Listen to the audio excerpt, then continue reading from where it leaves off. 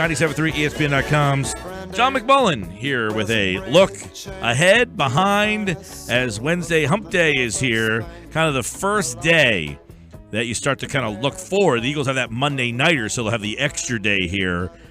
Eagles at practice today, John. I know they didn't have any media availability. Were they back on the practice field today?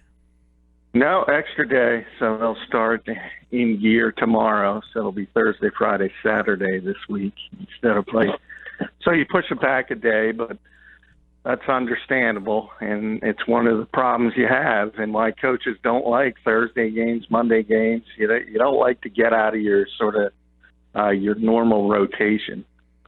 Yeah, and this is a team that's, coming off a win. You got the momentum, but you don't want to continue to let the press clippings to get to some of these guys. You'd like to get them back into a routine here. But let's take a look at some things over at 97.3 ESPN.com. You've got the 10 thoughts on the Eagles All-22, and I want to get your take on what you saw from Carson Wentz when looking at that film. What stood out that, maybe you got a chance to see more closely now that you watched him on this tape?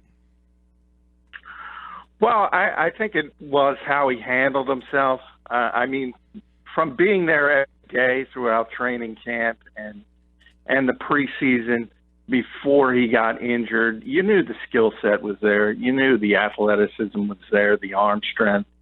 What impresses you, and you don't expect from a rookie quarterback, no matter who that rookie is a guy who commands as well as he did, and sort of, Doug Peterson talked about it, whether you want to call it the DNA of his game or the autonomy at the line of scrimmage. In training camp, I mentioned to you, it's very rare where you see a young quarterback, forget about a rookie, even a second, third-year guy, adjusting things at the line of scrimmage. You saw that almost immediately with Carson Wentz, and it's, as I wrote, over the past few years, as things have morphed at the college level, you rarely see these guys heading to the pros. You rarely see guys who are sort of pro-ready. They have to be taught these things at this level, which is not the best-case scenario, and it upsets coaches and scouts. So he's ahead of the curve when it comes to that stuff. Yeah, and one area I talked about before you came on, and I was reading your piece during the commercial break, something that I was hinting on is Jared Goff, Jamarcus Russell, all these guys who get drafted. And if you get drafted in the 7th round, you typically can make the throws. These guys can make throws. They have good arms. They can make throws. The problem a lot of times for many of the quarterbacks, the difference between whether you fail or succeed and have consistency is, do you have it between the ears? Can you read the defense? Can you set the lineup? Can you get the coverages? Can you get the protections? That's really what separates Wentz from a guy like Goff right now, right? Yeah, it is. And it's so difficult, and that's why it's so tough to pick these guys correctly, because you want to look at them and you want to rate them from their college experience. And you take a guy like Goff, who certainly has the physical ability to excel in this league. There's no question about that. And you try to project it, and you talk to him, and he seems like a really smart kid who can pick up things off the whiteboard or the film, and you kind of project that. And all of a sudden he develops into the number 1 overall pick. I think with Carson Wentz, you didn't have to project as much. You kind of knew he was able to handle those things, even though it was at a lower level of competition. But that's what scouts are paid to do. They can kind of, because I think I mentioned to you that last week on the show, it doesn't matter who you are as a 16-year-old kid. Physically, Carson Wentz was a late bloomer. That's why he ended up at North Dakota State instead of Florida State or Notre Dame or any big-level college, because he was a late bloomer. But scouts realize, hey, the athleticism's obviously there. You can look at every single sort of measurable at the combine, and each thing that he went through, he was in the top 1 or 2 of every quarterback. So once you get over that hump, all of a sudden you start saying to yourself, what's next? And I agree with you. It's about processing information quickly and processing it right. And you didn't have to sort of look at that at the college level and then formulate a plan from basically nothing, because you don't know with Jared Goff, when he's asked to go to a traditional NFL progression, he didn't have to do that at college. So you can say he seems smart, he seems like he'll pick it up, but it's obviously been very difficult for him. That's not to say he won't pick it up eventually. For Carson, you saw it at the college level. And so the projection is not as difficult. You wrote about Jordan Matthews. You say he doesn't struggle catching the football, but tends to lose focus, and that's where those drops come from. And it seems like first play of the game, he has a drop, and you're wondering, how can the guy not be focused to start the season with the first play coming your way? I mean, it's almost unfathomable to think that he's not ready. But on the flip side, you see a guy, and people forget Jordan Matthews. You might not realize this. Is the one may still be. I don't know if someone's passed him since he's entered the league, but correct me if I'm wrong, John. He's the all-time leading receiver in the SEC's history. That's a pretty good conference with a lot of talented players. This guy has the talent. If he can, so you're basically saying if he can focus and put it together, this guy could become a really good wide receiver in this league. Yeah, he can, and I think you already saw that in week one. He's always been a high-volume guy. That's the term everybody uses to describe Jordan Matthews, dating back at, as you said, Vanderbilt. But he was the guy at Vandy. He saw a ton of targets. And even back then, he also, while he would lead the SEC in receptions, he'd also lead them in drops. And part of that is because he saw such volume. And you mentioned there's different types of focus. So you mentioned the first play. Well, remember, he missed the entire preseason. So this is a guy who's really amped up to get back on the field. So it could just be something as simple as being overly emotional and geared up for the start of that game. We see it all the times with quarterbacks. A lot of quarterbacks are wild high early because they're so charged up. The same thing can affect other players on the field. And I think it did affect Jordan early. But you have to be realistic also. And this has been a trend throughout his career, as I said, dating back to college. And he's got to clean it up. It's as simple as that. If he wants to get where he wants to get, and he constantly talks about it, about being one of the better receivers in this league, and we've mentioned in the past, the real Hall of Fame receivers, you'll go through a month, 2 months of practice without seeing a drop. Forget about a game, practice. So that's something he does have to clean up, and he's got to, whatever mental trick it is, he's got to learn to keep focused. He talks a good game. I can tell you that. He's a good talker, Jordan. He makes you want to like him. He makes you want to believe him, right? I mean, he is a good talker. He's a guy that you're compassionate about. He's a very talkative guy. He's an engaging guy. He's a very nice guy, and he's one of the leaders on this team.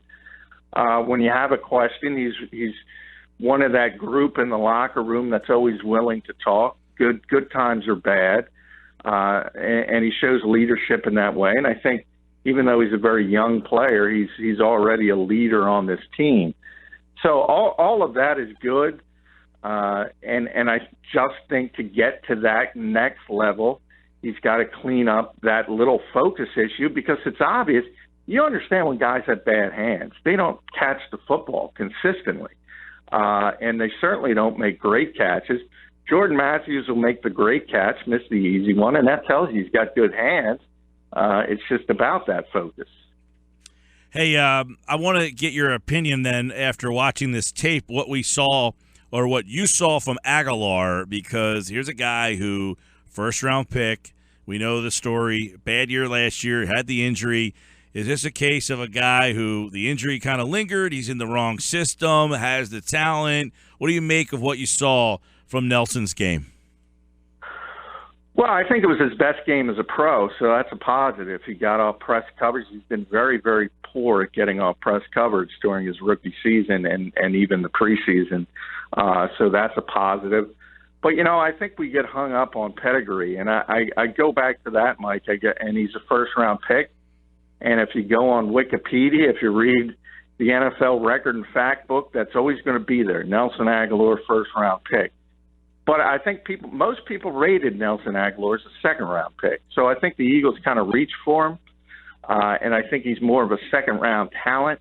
And if they took him in the second round, I don't think there'd be as many expectations. I think that's pretty evident. And I think people would look at him and say he's still got time to develop. But because there's this level of expectation, I just don't think he has the skill set of a first-round receiver. On the other hand, the guy who was a second-round pick the same year, he does have the skill set of a first-round pick, and that's Dorial Green-Beckham, who fell in the draft because of off-the-field issues and no other reason. And I think you saw it when he was in Tennessee. He had a better year than Nelson Aguilar. He's a better player. If he cleans up his, there were questions about his work ethic in Tennessee, his conditioning.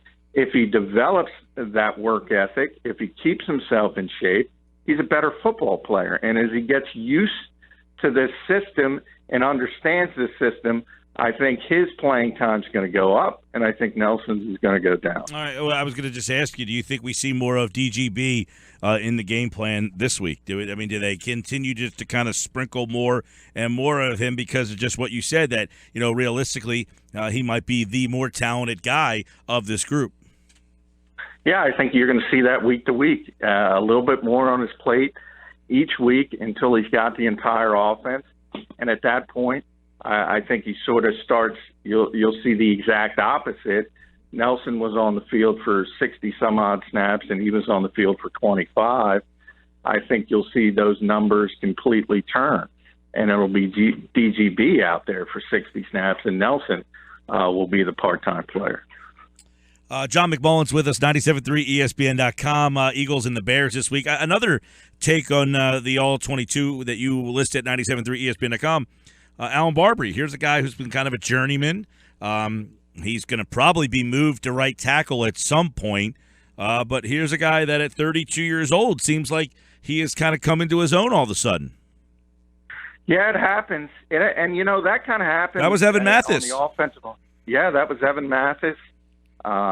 You look at Joe Berger and a different team. He turned into a Pro Bowl center at 33. It can happen on the offensive line. All of a sudden it clicks, and guys become upper echelon players. I'm not saying Allen's there at what Evan Mathis used to give the Eagles, but he's trending in a really positive direction. If you look at the big names on this team, Jason Peters, he's a borderline Hall of Famer. Lane Johnson with the big money contract, number 4 overall pick. Brandon Brooks gets huge money from Houston. Jason Kelce's been a Pro Bowl center.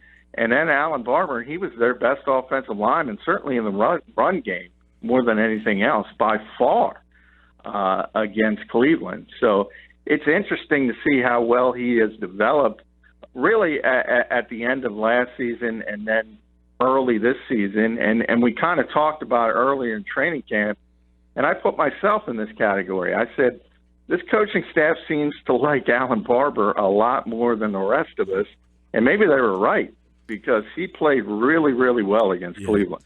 I want to go to Kelce because, I know Kelce, early in his career, he was an athletic guy that could get out and I saw him getting pushed around a lot. Is Kelce a guy who, how does he fit into this particular offense? Because I asked that because Wisniewski has started every single game in his career except for this past Sunday as a center in this league. Is Kelce a guy who fits, or is he someone they might consider making a change with somewhere down the line? Because Wisniewski has a lot of starting experience at center in this league. Yeah, I don't think so, because while I think he has taken a step down, and at one point he was one of the top 5 centers in this league, I don't think he is any longer. But I do think he's in the top 10. So it's not like he's fallen off a cliff. And as I wrote today on 973ESPN.com, I think we're at the point where you kind of understand it's a give and take thing. And he's still the most mobile center in the NFL, but he also gets pushed around by big nose tackles, and it was Danny Shelton against the Browns. You saw it last year. You saw it really bad against Ndamukong Suh, who's a great player. But those types who are really big and really physical and really strong can push them around. And they push them in the phone booth, as they say. They just beat them up. And I think you're going to see some of that at times. And it is going to be a give and take. On the other hand, when he gets out in space, maybe a screen play, maybe pulling, he's going to be able to make some blocks that make you go, wow, that you just don't see other centers capable of doing. So I don't think he's in any way going to lose his job. I think Wisniewski, they're very comfortable with him. I think he's going to be the starting left guard. If Lane Johnson ever gets suspended and they kick Alan Barber out to right tackle, I think that's his role. And he's a great interior backup that can play all three of those positions. But he's not pushing Jason Kelce. All right. You said if Lane Johnson ever, you're not giving a little glimmer of hope, are you? A little bit, because I mean, as long as it goes on, now we're at Wednesday of week 2. He's going to be out there again Monday. I guarantee you that. So now we're at week 2.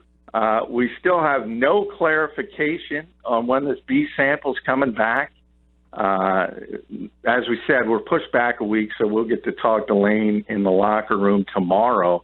Maybe we'll get more clarification, but hey, something's going on. This is not normal. So as long as something's going on, I guess there's a modicum of hope. But while I say that, I also temper that by saying the Eagles are convinced it's going to happen eventually, and Lane himself is convinced it's going to happen eventually. John McMullen from 97.3 ESPN.com. Follow him on Twitter at JFMcMullen. A couple other Eagles things before we go around the league real fast, John. One of them, we haven't talked a whole heck of a lot about the defense, but in your article, you talk about Michael Kendricks, and I'm kind of interested to see what the rotation was. That just a 1 week thing, or do you not see him as part of the mix? How did Bradham play? Because he's a guy that I think that many people just kind of – he seems like that guy that you're not thrilled with. He's just like, okay, he's like the guy that his name – Tulloch, when he got here, was like a rock star. You got Hicks, who played really well. There was intrigue there. Kendricks has all the talent, and Bradham just seemed like the guy. But he seemed like he was out in the field more than anybody. Hicks and him seemed like the go-to guys. Yeah, they were, and they were two nickel linebackers, as expected. Although that's how the preseason ended, and that was a big surprise, because if you look at Michael Kendricks and you look at his athleticism, you say, well, this guy should be able to do some things in coverage, and he's not good at it, and it's just surprising, because he's certainly more athletic than a Nigel Bradham, but Bradham is a better tackler. He understands the defense obviously better, being a Jim Schwartz guy, and he just is more instinctive for the position. So even though he's not quite as athletic, he tends to be in better spots. Good tackler. And that's why he won. Yeah, a very sound tackler, and he was probably the Eagles' best tackler against Cleveland as far as form, and certainly didn't miss any. And so that's part of it. And the fact that Jim trusts him is part of it. And he's in better spots in coverage, even though he isn't as athletic. So that kind of makes up for it, because if you're taking false steps all the time, it doesn't matter if you run a 4.5 as a linebacker. A guy running 4.8, if he makes no false steps and he understands where the play is going, plays faster on the field. And as a perfect example of that, I've always said one of the two or three best nickel linebackers I've ever seen is Jack Del Rio, the current head coach of the Oakland Raiders, who couldn't run a 5 flat when he was playing linebacker. But he just knew how to play the game. He knew where to go. He knew where to be in those zones. And Michael just doesn't get it. No. He's not instinctive enough. And Doug was honest about it, Mike. He already said, That's his role. He's going to be a part-time player. He's only going to play in the base defense. And in today's game, that means you're on the field probably 25, 30% of the time. I want to, get your take. You retweeted something from Greg Cosell, who said about a DNA throw. This is back to Carson Wentz. I'm watching this video right now and that throw, and you're looking at that throw that he made. If you remember the video that I'm talking about, yeah, that was see it from throw. To see it from behind, to see the defender that's what it goes back to. You're saying, well, it's against Cleveland. Those two guys are in great position. He just throws it wherever. It doesn't matter if it's Deion Sanders there. He put it where no one could get it. Yeah, that's a throw when you say. As you said, Greg called it a DNA throw, and that's with his arm strength. That's a throw Tom Brady can't make at this stage of his career. That's how good that throw is. And you're right. People constantly talk about, well, they're playing the worst team in football. And yeah, but as I said yesterday, there's a lot of good players on that field. They're beating Joe Hayden in coverage. They're beating Joe Thomas on the pass rush. Trust me, the Eagles don't have a left tackle as good as Joe Thomas. They don't have a corner as good as Joe Hayden.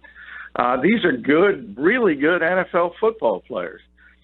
And you saw that video. You should retweet it so that people can see it. And see it from ground level, and the window was incredibly small. You got the pass rush bearing down, and it's a perfect throw. And that's what we talk about. The one thing you have to see and you have to pump the brakes on is consistency, because that is what great quarterbacks have, and they're consistent from not only week to week but day to day in practice. And we still have to see that aspect from Carson Wentz. There's going to be some hiccups, but the fact that he can make that throw in his first NFL game, there's no other way to paint it but positive. All right, John, we'll preview tomorrow night's Thursday games. We'll look at all the news and notes as the Eagles get back to practice tomorrow. So we will have plenty more news for you then when John joins us at his normal time. At JF McMullen on Twitter, national NFL columnist at todayspigskin.com. And 97.3 ESPN.com, Eagles Insider. And back at it tomorrow, the Eagles on the practice field as they get ready for the Chicago Bears. Thanks, John. Hey, thank you, Mike.